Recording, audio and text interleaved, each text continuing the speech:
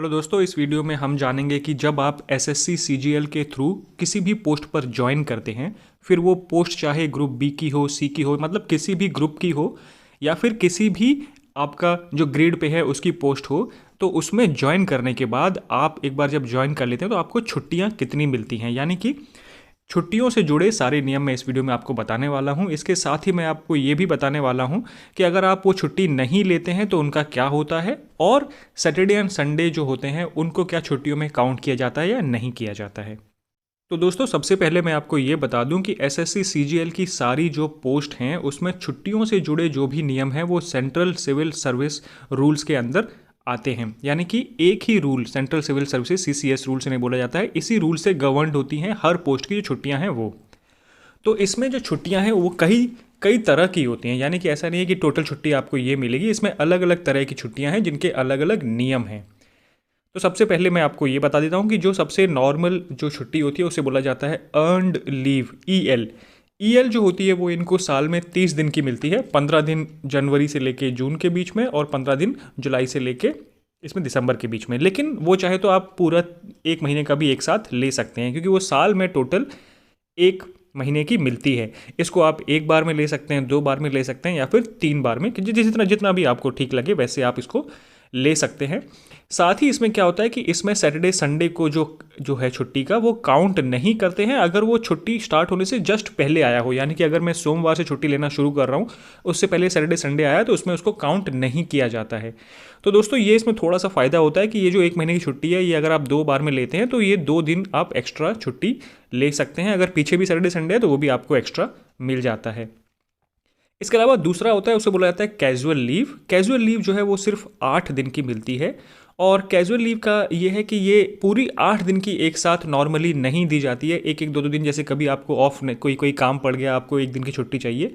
ये जनरली उस पर्पज़ के लिए होती है कि बच्चे का एडमिशन कराना है, कुछ और करना है, या घर पे कोई काम है कि आप पूरे दिन आ नहीं सकते और आपको एक दिन की छुट्टी चाहिए और एकदम से आपको बताना है।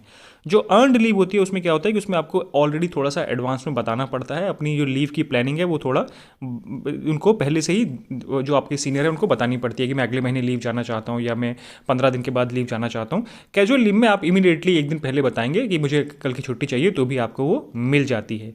लेकिन एक नियम ये है कि कैजुअल लीव और अर्नड लीव दोनों को मिला के आप नहीं ले सकते कि मैं 15 दिन की अर्नड लीव जा रहा हूँ और बाकी मुझे 4 दिन या 5 दिन की कैजुअल लीव चाहिए। ऐसा नहीं होता है, आपको दोनों छुट्टियाँ सेपरेट लेनी होती है, इसलिए इन दोनों को आप मिक्स नहीं कर सकते। इसके अलावा एक होता है जिसे बोलते हैं हाफ पेड लीव। ये लीव है कि इस लीव के दौरान आपकी जो सैलरी है, बेसिक सैलरी, उसका हाफ आपको मिलेगा। तो ये टोटल होती है 24 दिन की होती है, और इसको आप अर्नड लीव के साथ मिला के ले सकते हैं। जैसे आप 20 दिन की अर्नड लीव और बाकी उसमें एक हफ्ते का इसमें हाफ पे लीव या 10 दिन की हाफ पे लीव मिला के ऐसे करके ले सकते हैं। इसको भी आप सीएल के साथ मिक्स नहीं कर सकते, सिर्फ ईएल के साथ आप इसको मिला के ले सकते हैं या फिर सेपरेटली अकेला ले सकते हैं। इसके अलावा एक होती है मेडिकल लीव। ये होती है एक तरह से इमरजेंसी लीव होती है। ये सिर्फ तब मिलती है जब आप बिल्कुल बीमार हैं या हॉस्पिटलाइज हैं और आपको लीव चाहिए और आपकी सारी लीव खत्म हो गई है, तो ये एक्स्ट्रा लीव आपको उस पर्पज़ के लिए दी जा सकती है। नॉर्मली ये लीव नहीं दी जाती है, सिर्फ ये मेडिकल केसेस में, वो भी जब थोड़ा सा सीरियस कोई मेडिकल केस है कि आप हॉस्पिटल में हैं, आप नहीं आ सकते, उस टाइम के लिए दी जाती है।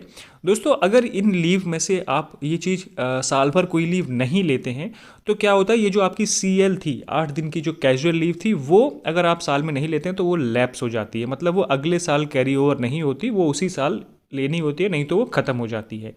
लेकिन जो अर्नड लीव है, अगर आप जो जो ये 30 दिन की अर्नड लीव है इसे नहीं लेते हैं तो ये क्या होता है कि ये आपकी जमा हो जाती है। ये अगले साल कैरी ओवर नहीं होती कि मैंने इस साल 30 दिन की नहीं ली तो मैं अगले साल 60 दिन की लूँगा, ऐसा नहीं होता है। हर साल 30 दिन की ही मिलेगी, लेकिन अगर आप वो 30 दिन नहीं लेते हैं तो ये क्या होता है, ये आपकी जमा हो जाती है। मतलब जब आप नौकरी छोड़ेंगे, जब आप इसमें रिटायरमेंट जाएंगे, उस टाइम पर इस लीव के बदले में, जैसे आपने 30 दिन की लीव नहीं ली तो 30 दिन के बदले में आपको 30 दिन की जो सैलरी होगी, जो आपकी आखिरी सैलरी होगी, जैसे अब इस साल आप जाने वाले हैं इसमें रिटायरमेंट, तो इस टाइम पर जो आपकी सैलरी है वो सैलरी के बराबर जितने भी दिन की लीव बची होगी वो लीव मिल जाएगी। अगर 30 दिन की बची है तो 30 दिन की आपको जो सैलरी है वो मिल जाएगी। अगर मान लो कि ऐसा कि 2 महीने की आपने लीव नहीं ली थी तो 2 महीने की सैलरी मिल जाएगी। लेकिन ऐसा आप टोटल 300 दिन के लिए कर सकते हैं, मतलब आप 300 डेज़ के लिए अपनी लीव जमा कर सकते हैं। उसके बाद जो भी लीव होगी वो भी लैप्स होती जाएगी। इसके अलावा जो बाकी लीव हैं वो जमा नहीं होती हैं, ये सारी लैप्स होती जाती हैं। मेडिकल लीव या किसी और तरह की जो इमरजेंसी लीव है वो अगर आप नहीं लेते हैं तो वो लैप्स हो जाती है। नॉर्मली सैटरडे एंड संडे जो मिलते हैं वो लीव में काउंट नहीं होते हैं, वो तो छुट्टी होती है। इसके साथ ही साथ कोई हॉलीडे या त्यौहार इस तरह का है, नेशनल हॉलीडे है जिसको गवर्नमेंट ऑफ इंडिया या स्टेट गवर्नमेंट ने हॉलीडे डिक्लेयर किया हुआ है, तो वो भी लीव में काउंट नहीं होता है, वो नॉर्मली मिल जाता है। तो दोस्तों ये थे एसएससी सीजीएल में ज्वाइन करने के बाद लीव से जुड़े हुए सारे नियम। अगर आपको कोई भी डाउट है तो आप उसे कमेंट में लिख के बता सकते हैं, मैं उसको आंसर देने की कोशिश करूँगा। Thank you.